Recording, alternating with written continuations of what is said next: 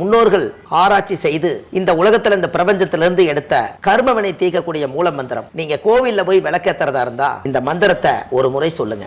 முற்பிறவியில செய்த பாவங்கள் எப்பிறவிக்கும் தொடராமல் இருக்க இப்பிறவியிலேயே என் தந்தை வழியில் வந்த கர்மாவினை, என் தாய் வழியில் வந்த கர்மாவினைகள், என் தாயுடைய கர்ப்பத்திலிருந்து நான் இந்த பூமிக்கு கொண்டு வந்த கர்மாவினைகளும் இன்றோடு நிவர்த்தியாகட்டுன்னு 5 தீபம் விளக்கேத்தி சாமிக்கு தேங்காய் வளம் பூ மாலை கல்கண்டு வாங்கி அர்ச்சனை பண்ணி உங்க ஜாதகத்தை கொண்டு போய் சாமி பாதத்துல வச்சு இன்னையோட எனக்கு எல்லாம் நல்லது நடக்கும்னு மனசார கும்பிட்டு வாங்க. வாழ்க்கையில அசுர வளர்ச்சிக்கு வந்து. அனைவருக்கும் வணக்கம். பாரம்பரிய திருவள்ளுவர் குல வம்சம் பிரசன்ன ஜோதிடர் சுப மாரிமுத்து திருப்பூர்லேருந்து இந்த பதிவு உங்களுக்காக. அஸ்த நட்சத்திரம் இல்லைங்களாங்கம்மா, அதாவது அஸ்தம் அப்படிங்கிறது 12 நட்சத்திரம் முடிச்சு 13வது நட்சத்திரம் இல்லைங்களாங்கம்மா. இந்த 13வது நட்சத்திரம் வந்து அஸ்த நட்சத்திரம். இதில் பாருங்கள், அஸ்த நட்சத்திரத்தில் ஒருவர் பிறந்தா அவர் கையில் மருந்து வாங்கி சாப்பிட்டீங்கன்னா தீராத நோய் தீருமா. என்னங்கம்மா, அஸ்த நட்சத்திரம் கன்னிராசியில் தான் அவங்க பிறந்திருப்பார். இந்த கன்னிராசி யாருன்னு கேட்டிங்கன்னா மேசத்துலேருந்து என்னன்னீங்கன்னா 6வது ராசியாக வரும். மேசம், ரிஷபம், மிதுனம், கடகம், சிம்மம், கன்னி. கரெக்டுங்களாம்மா? 6வது ராசி. 6ஆம் இடம் என்பது நோய்க்குண்டான ராசி. அந்த நோய்க்குள்ளே தான் அந்த அஸ்த நட்சத்திரம் ஒளிஞ்சிருக்குதுங்க. அப்போ அந்த அஸ்த நட்சத்திரம் வந்து கை. அஸ்த நட்சத்திரம் வந்து இந்த கைங்க, இது வரைக்கும் இந்த கை அஸ்தம் வந்து. அதனால தான் அஸ்த நட்சத்திரக்காரர் கை கொடுக்குறதுக்கு யோசிப்பாங்க. அதை கொடுத்தா அவரோட பவர் போயிருமா. இது எப்படி பூர நட்சத்திரத்துக்கு சொன்னங்க, அது மாதிரி அஸ்தம் வந்து கை. இந்த கையை கொடுத்தா அவரோட நட்சத்திரத்தவே பிடிக்கிட்டு போன மாதிரி. அதனால் அஸ்தம் வந்து ஒரு சில பேர் கொடுக்க மாட்டாங்க. அஸ்தம்னா இந்த கை இதோட. அதனால் இந்த அஸ்தம் என்பது இந்த கை. அப்போ இந்த கையில் அந்த காலத்தில் மருந்து கசக்குவாங்க இல்லைங்க. இன்றைக்கி தானே நவீனம் வந்துருச்சுங்க. அந்த காலத்தில் வந்து ஒரு மருந்து எடுத்து தலை எடுத்து கசக்கி இந்த உள்ளங்கை தான் அஸ்தம். அதில் எடுத்து அந்த சாறு புழிஞ்சு அவங்க கொடுத்தா அந்த எந்த வைத்தியம் முதல் குணமாயிருமா. அப்போது கரெக்டாக பாருங்கள், அஸ்த நட்சத்திரக்காரர்கிட்ட மருந்து வாங்கி சாப்பிட்டாலோ அஸ்த நட்சத்திரக்காரர்கிட்ட நோய்க்கு தலைபுரிச்சு கொடுத்தாலோ அந்த நோய் பட்டு போயிடும். இந்த ரகசியம் இன்றைக்கி தெரிஞ்சிருச்சு பாருங்களேன். அஸ்தத்துக்கு வரும்போது அது தானாக வருது இல்லைங்களாம்மா. அஸ்தத்துக்கு வரும்போது அஸ்தம்னா உடுக்க, 2 பக்கம் அடி வாங்கிறது உடுக்க. அஸ்த நட்சத்திரக்காரர் கொஞ்சம் சிரமமானவர் தாங்க. ஆணாக இருந்தாலும் சரி பெண்ணாக இருந்தாலும் சரி 2 பக்கம் உடுக்க. இந்த பக்கம் அடிப்பாங்க, இங்கே உடஞ்சிருச்சுன்னா அந்த பக்கம் அடிப்பாங்க. இது 2 பக்கம் அடி வாங்கிட்டே வாழ்ந்துட்டுருக்கும். அதனால தான் நாம் அதுக்கு பதிலாக என்ன சொல்லுவேன்னா, ஒரு அம்மன் கோயிலில் ஒரு உடுக்க வாங்கி வேலில் கட்டி விட்டு வந்துருங்க. இந்த தெய்வமே அதை பார்த்துக்கிட்டு அப்படியெல்லாம் இந்த ஆதிகால பரிகாரத்தில் கொஞ்சம் சிம்பிளாக சொல்லுவோம். அப்போ இந்த அஸ்த நட்சத்திரக்காரருடைய குணாதிசை என்ன அப்படின்னு கேட்டிங்கன்னா, அஸ்த நட்சத்திரத்தில் சந்திர திசையில் தான் பிறப்பாங்க. அவங்களாட்ட ஒரு நல்ல ஒரு குடும்பம் நடத்துறதுக்கு யாராலையும் முடியாது. ஏன்னா அஸ்த நட்சத்திரம் வந்து கன்னிராசி, அஸ்தம் வந்து சந்திரனுடைய திசை. வீட்டுக்கு என்னெல்லாம் தேவையான பொருளோ அது ஒரு வருஷத்துக்கு ஆகிற அளவுக்கு சாப்பாட்டு பொருளை சேகரித்து வைப்பாங்க. இப்போ நீங்கள் பருப்பு வகை வேணும்னா நம்ம டெய்லியும் போய் ஒரு 100 கிராம் பருப்பு வாங்க, ஒரு 50 கிராம் பருப்பு வாங்கன்றத விட ஒரு 20 கிலோ பருப்பை வாங்கி மேலே டின்னில் வச்சுருவாங்க. எப்போ சாம்பார் வைக்கணும்னு தோணுதோ அப்போ ஒரு டப்பா எடுத்து போட்டுக்குவாங்க, மீதி இருக்குங்க. அது எல்லாம் கணக்கு போட்டு பார்த்தா ஒரு வருஷத்துக்கு அந்த பருப்பு இருக்குங்க. அப்போ சேகரித்து வைக்கக்கூடியது அஸ்தம். என்னங்க, சாப்பாடு உணவுப் பொருள்களை எல்லாம் பாதுகாப்பு பண்ணி வைக்கிறது. பாருங்கள், இந்த வீட்டுகளெல்லாம் போய் பார்த்தீங்கன்னா வாசலில் பருப்பு காய் போடுவாங்க, சுண்டல் காய் போடுவாங்க, ஏதாவது இந்த மாதிரி ஒரு கோதுமை காய் போடுவாங்க, இந்த செல்லெல்லாம் எடுத்து விடுவாங்க. இந்த பக்குவ நிலை எல்லாம் பண்ணுறதெல்லாம் பார்த்தீங்கன்னா அஸ்த நட்சத்திரக்காரர் இதெல்லாம் பண்ணுவாங்க. இன்றைக்கி நான் வீட்டில் சும்மா தான் இருந்தனுங்க, சும்மாவாவது இருக்கக்கூடாது, வீட்டில் ஏதாவது செல்லு கில்லு விழுந்துருந்துச்சுன்னா அதையெல்லாம் எடுத்து ஒதுக்கிட்டு நல்ல பொருளாக தயார் பண்ணி வைக்கலான்னு நான் தான் இதெல்லாம் எடுத்து வச்சேன் அப்படிம்பாங்க. நீங்கள் என்ன நட்சத்திரமானு கேட்டால் அஸ்தம்பாங்க. அவங்களுக்கு அந்த புத்தி வருங்கன்னு சொல்கிறேன். அதே போல் அஸ்த நட்சத்திரத்தில் ஒருத்தர் பிறந்தா 13வது நட்சத்திரமாக இருக்கிறனால உயிர்ப்பித்த நட்சத்திரம், உயிர் காப்பாற்றுற நட்சத்திரம்ங்க. அதாவது ஏதாவது ஒரு நட்சத்திரம் அவங்க வாழ்க்கையில் ஏதாவது ஒரு நல்லது சொல்லணுன்னா அவங்க சொல்லுவாங்க. சர்வீஸ் மைண்ட் அவங்க எடுத்தது. இப்போ எங்கெங்கெல்லாம் சேவை பண்ணுறாங்கல்லங்க, அவங்க அஸ்தம் தூண்டி விட்டதுக்கப்புறம் தான் சர்வீஸ் பண்ணுவாங்க. ஏன்னா அஸ்தம் வந்து ட்ரஸ்ட்டுக்கு சம்மந்தப்பட்டது. ட்ரஸ்ட்டு யார் வைப்பா? சர்வீஸ் பண்ணுறதுக்கு வைப்பாங்க. நாங்கள் ஒரு 4 பேர் சேர்ந்து ஒரு ட்ரஸ்ட் ஆரம்பித்து ஒரு அன்னதானம் பண்ணலான்னு இருக்கிறாங்கன்னா அஸ்த நட்சத்திரக்காரை வச்சு ட்ரஸ்ட்டு ஆரம்பித்தாங்கன்னா அவங்களோட ஆயுள் காலத்து வரைக்கும் அது இருக்குது. அன்னை தெரசா மாதிரி அஸ்தம் தான் ட்ரஸ்ட்டுங்கன்னு. மற்ற யார் நட்சத்திரக்காரர் வச்சாலும் பார்ட்னரில் ப்ராப்ளம் வரும். ஆனால் அஸ்த நட்சத்திரக்காரர் ஆரம்பித்து கொடுத்தாங்கன்னா பிரச்சனை வராது. அது அந்த காலத்திலேயே அந்த பழமொழி இருக்குதுங்க. அப்போ யாரோட வீடு? அஸ்த நட்சத்திர கன்னிராசி புதனோட வீடு. புதன் என்பது யாருன்னா கணக்கு, பேனா, எழுத்து, துறைகள், இது எல்லாமே புதன் தான். அப்போ இது என்ன பண்ணுதுங்க? கரெக்டாக கணக்கு போட்டு எழுதி வைக்கிங்கன்னு. அப்போ தப்பு வராது இல்லைங்களா? இவ்வளோ வரவு போயிருக்குது, இவ்வளோ செலவாக இருக்குது, மிச்சம் இருப்பு இவ்வளவு இருக்குது, இதை கொண்டு வந்து அஸ்தத்துக்கிட்ட ஒப்படைக்கிறது. ஒப்படைக்கலன்னு இவங்க கேள்வி கேட்பாங்க. அதனால தான் 2 பக்கம் அடி வாங்குதுங்கன்னு. ஏன்னா இவங்க நேர்மையாக ஸ்ட்ரெயிட் ஃபார்வேர்டு. அவங்க நேர்மையாகவே பேசுவாங்க, நேர்மையாகவே பழகுவாங்க, எதாக இருந்தாலும் தட்டி கேட்பாங்க. அஸ்தத்துக்கிட்டேருந்து தப்பிக்க முடியாது. நீங்கள் 100 ரூபா கொடுக்கணுன்னா 10 வருஷம் கிளம்பிச்சு அந்த 100 ரூபா நீங்கள் கொடுக்காம போயிட்டீங்கன்னு மறுபடியும் கூப்பிட்டு கேட்பாங்க. அப்போ இந்த கால்குலேஷன் எல்லாமே அஸ்தம் தான் உள்ளே வாங்கி வச்சுருக்குதுங்கண்ணே. இந்த ரகசியமெல்லாம் உங்களுக்கு தெரியணுமில்ல. பாருங்களேன், ஒரு நட்சத்திர வரிசையிலிருந்து ஒரு திசையிலேருந்து உருவாகி இவ்வளவு குணாதிசயங்களை ஒவ்வொரு மனிதர்களுக்கும் இறைவனை பிரித்து கொடுத்துக்கிறாருன்னா எவ்வளோ பிரபஞ்ச ரகசியம் இது. 120 கோடி மக்கள் ஒரு கணக்கில் சொல்கிறாங்க. நம்ம தமிழ்நாட்டுக்குள்ளே 120 கோடி மக்கள் சொல்கிறாங்க. ஆனால் பிறக்கிறது 27 நட்சத்திரத்தில் பிறக்கிறாங்க. அதில் 4 பாதம் இருக்குது.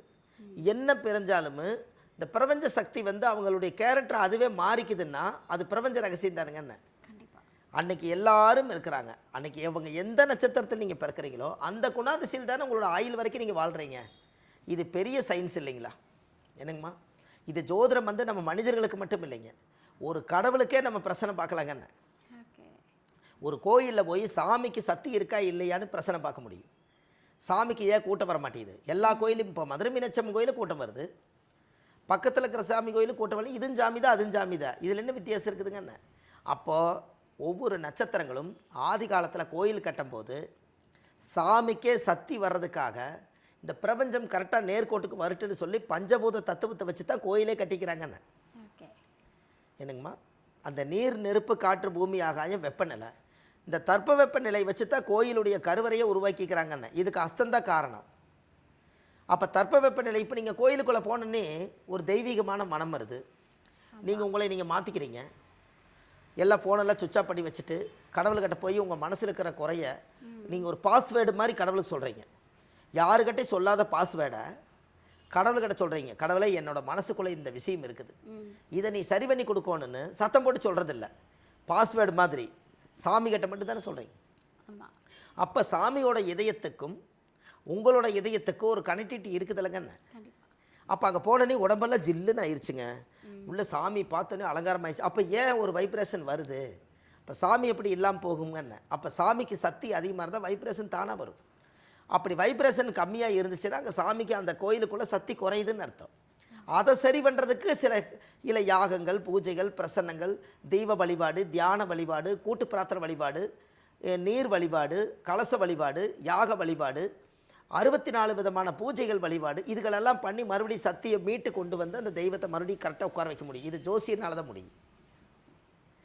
ஒரு தெய்வத்தை இன்றைக்கி அசால்ட்டாக சொல்லிட்டாங்க, எவ்வளவோ சொல்கிறாங்க, சாமி கோயிலுக்கு போயிட்டு அது நடந்துருமா இது நடந்துருமானெல்லாம் கேட்பாங்க இல்லைங்களா? அது வந்து அப்படி கிடையாதுங்க. நம்ம ஜாதகத்தை எல்லா கடவுளுக்கும் பிரபஞ்சத்துக்கு தெரியும். உங்களை எந்த நேரத்தில் என்ன கொடுக்கணும் இறைவனுக்கு தெரியும். உங்களுக்கு இந்த நேரத்தில் கொடுத்தா நீங்கள் அழிச்சிருவீங்கன்னு தெரிஞ்சுதான் உங்களை கொடுக்காம வச்சுருக்குங்கன்னு. என்னங்கம்மா, சரிங்களா? எந்த நேரத்தில் உங்களுக்கு எந்த அளவுகோல் கொடுத்தா நீங்கள் கரெக்டாக இருப்பீங்கன்னு கடவுளுக்கு தெரியும். நீங்கள் ஒரு உதாரணங்க, ஒருத்தருக்கு 100 கோடி ரூபாய் லாட்டரி சீட்டு விழுந்துருச்சு. அவர் சாதாரண ஏழை. இந்த 100 கோடி வச்சு அவர் என்ன பண்ணுறதுன்னு தெரியாமல் அவர் புத்தி மாறுதா? என்னங்கம்மா, கண்டிப்பாக. நல்லா இருந்த மனுஷனுக்கு 100 கோடி விழுந்து அவருக்கு நிதானம் தெரியாமல், சொந்த பந்தம் தெரியாமல், தாய் புலம் தெரியாமல், கரெக்டாக போயிட்டு இருந்தவருக்கு இந்த பணம் வந்து மாற்றிருச்சலைங்கன்னு. அப்போ உங்களுக்கு வந்து அப்போ சாதாரண மனிதனையும் சரித்திரத்தை மாற்றுதலைங்கன்னு பணம். அப்போ கடவுள் வந்து எந்த நேரத்தில் எதை கொடுத்தா நீங்கள் எதை சுமப்பீங்கன்னு தெரிஞ்சுதான் குருவி மண்டையில் பனங்காய் வச்ச மாதிரி இல்லாமல் நார்மலாக வாழ்கிறக்காக மனித பிறவிக்கு அளவுகோல் டெம்பரேச்சர் கொடுத்துருக்காரு. நீங்கள் நல்லா யோசிங்க. ஒரு விஷயத்தை, ஒரு அற்புதமான ரகசியத்தை இன்றைக்கி உடச்சி சொல்கிறேன். 104 டிகிரி 104 டிகிரி செல்சியஸ் பிரபஞ்சத்திலிருந்து இன்றைக்கி சென்னை 104 டிகிரி வெயில் நீங்கள் சொல்கிறீங்க, கரெக்டுங்களா? ஒரு 120 டிகிரி ஏமாந்து அடிச்சதுன்னா மனுஷன் தாங்க முடியுமா? அப்போ கடவுளுக்கு என்ன தெரியுதுங்க, மனுஷங்க கீழே அவ்வளவு கொடுத்தா தாங்க மாட்டாங்கன்னு அந்த தட்ப வெப்ப நிலையவே மாற்றி சூரிய ஒளி அந்த 104 டிகிரி அளவுகோல் கொடுத்து வச்சுக்கிறாரு. 10 பாயிண்ட்டை சூரியன் அங்கே டிகிரி ஏற்றினாருன்னு நீங்கள் தாங்குவாங்கன்னு. அப்போ கடவுளுக்கு தான் தெரியுது உங்களுக்கு எந்த நேரத்தில் எந்த அளவு கொடுக்கணும்னு. அது அவரோட ரகசியம் தானே. நம்ம அங்கலாப்பட்டு அவங்க கார் வாங்கிட்டாங்க, நம்மையா வாங்க முடியல. அவங்க கட்டிக்கிற சேரீ வந்து 1,00,000 ரூபா, நம்மளையா வாங்க முடியல. அவங்க கட்டிக்கிற வீடு 10 கோடி ரூபாய், நம்மையா வாங்க முடியலன்னு எதுக்காலுக்கிறத திட்டம் போடாமல் நம்ம பிறப்பு ஜாதகத்தினுடைய திட்டத்தளவுக்கு வாழ்ந்துட்டு போனாலே உங்கள் வாழ்க்கை சிறப்பு தானே இல்லைங்கம்மா. அப்போ அஸ்த நட்சத்திரம் என்னைக்கு திட்டம் போட்டு வாழுமா. அந்த பக்கமும் அளவுகோல் இருக்கும், இந்த பக்கம் அளவுகோல் இருக்கும். வைத்தியத்துக்கு முக்கியத்துவம் கொடுத்து உடம்பை பாதுகாப்பு பண்ணி கடைசி வரைக்கும் வச்சாலே அஸ்தம் சிறப்பாக இருக்கும். வருஷம் உடம்பை செக் பண்ணிக்குவாங்க, உடம்பில் ஆரோக்கியம் இருக்குதான்னு பார்த்துக்குவாங்க, சர்வீஸ் மைண்டட் இருப்பாங்க, தர்ம சிந்தனையோடு வாழ்ந்துட்டு போனாலே அஸ்தம் பிரமாதமாக இருக்கும். அவங்க வாழ்க்கையில் ஒரு பெரிய மாற்றங்கள் உருவாகும். இந்த தெய்வாம்சமெல்லாம் எங்கேருந்து கிடச்சுன்னு தெரியலைங்க. எல்லாமே அந்த காலத்தில் அஸ்த நட்சத்திரக்கார் தான் அந்த காலத்தில் வந்து சர்வீஸ் மைண்டடை ஒடுக்கி இத்தனை கோவில் கட்டினது அத்தனையுமே அஸ்தம் தானே. 4 பேர் சேர்ந்து ஒரு திட்டத்தை அறிவிக்காமல் எப்படி கட்ட முடியும்? 4 பேர் சேர்ந்து ஒரு தனிமரம் தோப்பாகுங்களா? தனிமரம் தோப்பாகாது. உங்களுக்கு என்ன பலம் இருந்தாலும் உங்களுக்கு 4 பேர் இருந்தால் இவங்களை பிடிச்சி அவங்கள பிடிச்சி செயின் மாதிரி வளரலாம். தனிமரம் எப்படி தோப்பாகுது? ஒரே ஒரு மரம் தோப்புன்னு சொன்னால் எப்படி ஒத்துக்குவீங்க? என்னங்கம்மா? அப்போ ஒரு ஒரு ஒரு ஒரு ஒரு பெரிய தோட்டத்துக்குள்ளே ஒரு ஏக்கரா தோட்டத்தில் 1000 தென்னை தேங்காய் இருந்துச்சுன்னா, பார்க்குறக்கு தோப்பாக இருந்துச்சுன்னா, இதோட நிழல் அதில் இருக்குது, அதோட நிழல் இதில் இருக்குது, தனிமரம் தோப்பாகாது. எல்லா நிலம் சேர்ந்து அதுக்கு பேர் தோப்பு இல்லைங்களாம்மா. அப்போ அதுபோல் அந்த ஒரு 10 பேர் இல்லாமல் ஒரு கோயில் கட்டி கும்பாபிஷேகம் பண்ணி வைக்க முடியாது. 10 பேர் இல்லாமல் ஒரு ட்ரஸ்ட் அமைக்க முடியாது. அப்போ அஸ்த நட்சத்திரம் தான் ட்ரஸ்ட்டுங்கிறது. அந்த காலத்தில் புதன் என்பது பேங்க்கு, வரவு செலவு முதல் கொண்டு அஸ்தம் கரெக்டாக பார்க்கும். அப்போ 2 விஷயம் அவங்ககிட்ட ப்ளஸ் பாயிண்ட் இருக்குது. அஸ்தத்தை நம்பி சர்வீஸ் மைண்டடு ஆரம்பிக்கலாம். இன்னொன்று வைத்தியம் அவங்க கையில் மருந்து வாங்கி சாப்பிட்டா குணமாயிரும். இது தர்ம வழி. கணக்கு வழக்கு ஏதாவது கணக்கு பிள்ளையாக நம்ம வச்சு நம்ம தொழில் அனுபவத்தை தெரிஞ்சுக்கணுன்னா நம்ம ஆஃபீஸ்க்கு கணக்கு பிள்ளையாக இருக்கிறதுக்கு அஸ்தத்தை கொண்டு வைக்கலாம். கரெக்டுங்களாம்மா? இதெல்லாம் அந்த காலத்தில் ராஜாக்கள் மந்திரிகள் அரண்மனையிலையெல்லாம் எவ்வளவு மானியம் போகுது எவ்வளவு வருதுன்னு அந்த காலத்தில் கணக்கு பிள்ளை இருந்தாங்கன்னா அன்றைக்கி ராஜாவே ஜோதிடம் பார்த்து அஸ்த நட்சத்திரத்தை வச்சுக்கிறாரே. இல்லாமல் எப்படி இந்த ஜோதிடம் வளர்ந்துருக்குங்க? நமக்கு மேலே ஜமீன்தார் வாழ்ந்திருக்காங்க, நமக்கு மேலே ராஜா வாழ்ந்திருக்காங்க, ராஜாவுக்கு முன்னாடி மன்னர்கள் வாழ்ந்திருக்காங்க.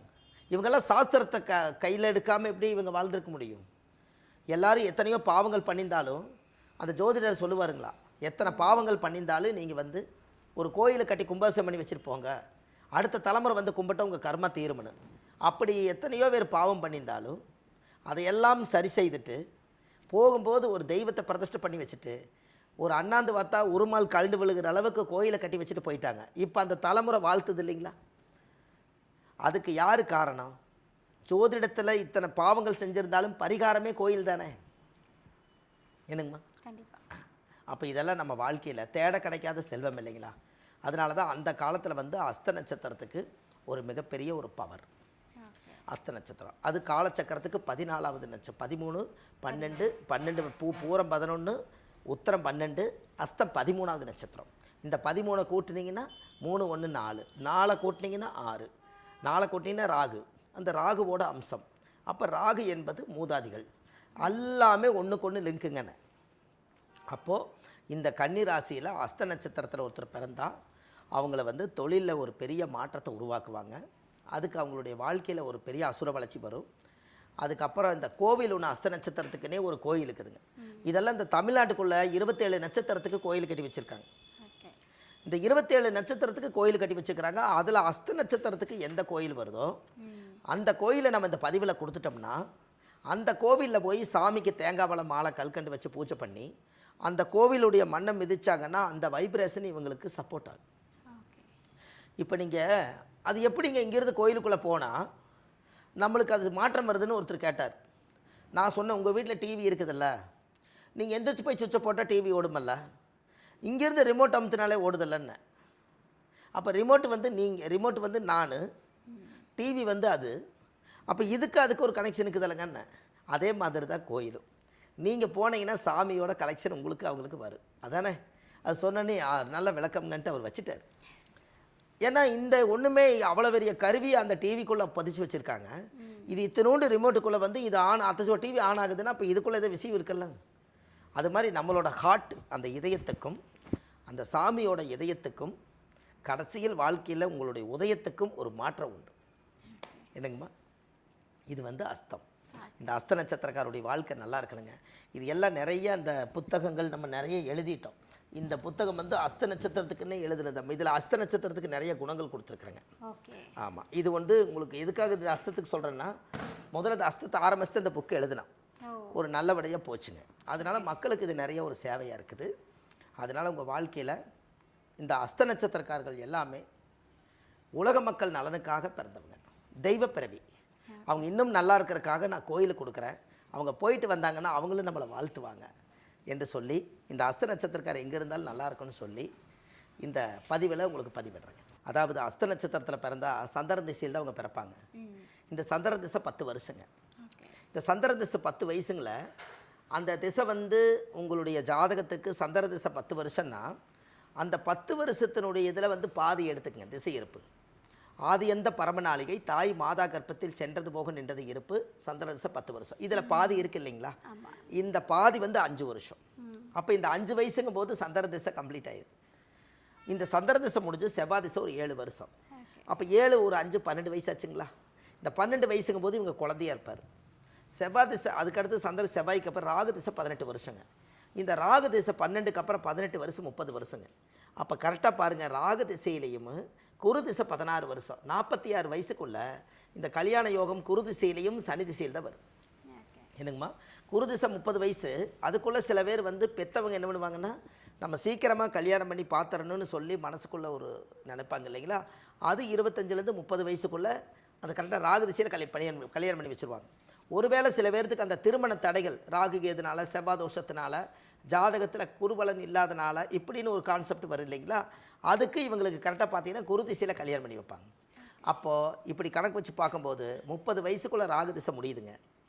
குரு வந்து 16 வருஷம் 46 வயசு. அவர் நல்ல இடம் வாங்கி வீடு வாசல் கட்டி கல்யாணம் முடிச்சு குழந்தைகளெல்லாம் படிக்க வச்சு நல்லா இருப்பார். அதுக்கப்புறம் குரு திசை முடிஞ்சு சனி ஒரு 19 வருஷங்க.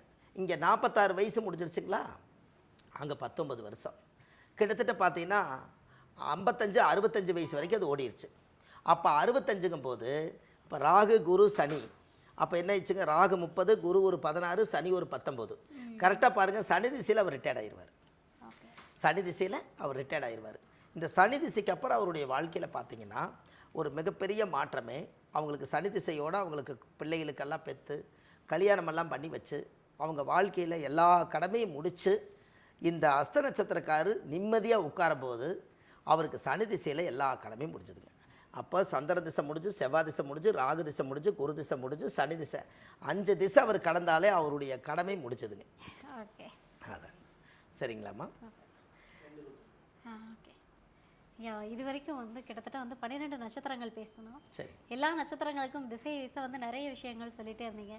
பட் நீங்கள் அஸ்தம் பேசும்போது மட்டும்தான் உங்களை மறந்தே வந்து அஸ்த நட்சத்திரங்களை வந்து உச்சத்தில் கொண்டு போய் வச்சு பேசுனீங்க. அவ்வளவு சிறப்புகள் வந்து இந்த அஸ்தம் கிட்ட இருக்கு அப்படின்றத வந்து இப்போ அஸ்தம் பார்க்குறவங்களே வந்து மக்களே இவ்வளோ திறமைகள் இருக்கா அப்படின்றத கண்டிப்பாக ரியலைஸ் பண்ணுவாங்க.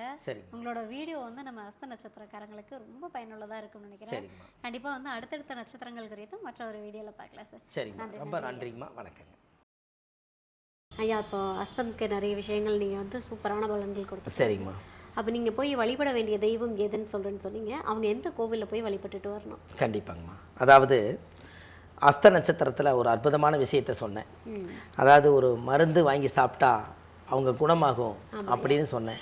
அப்பேற்பட்ட கடவுளுக்கே நிகரானது அஸ்த நட்சத்திர கோயிலே ஒன்று ரகசியமாக ஒன்று இருக்குதுங்க.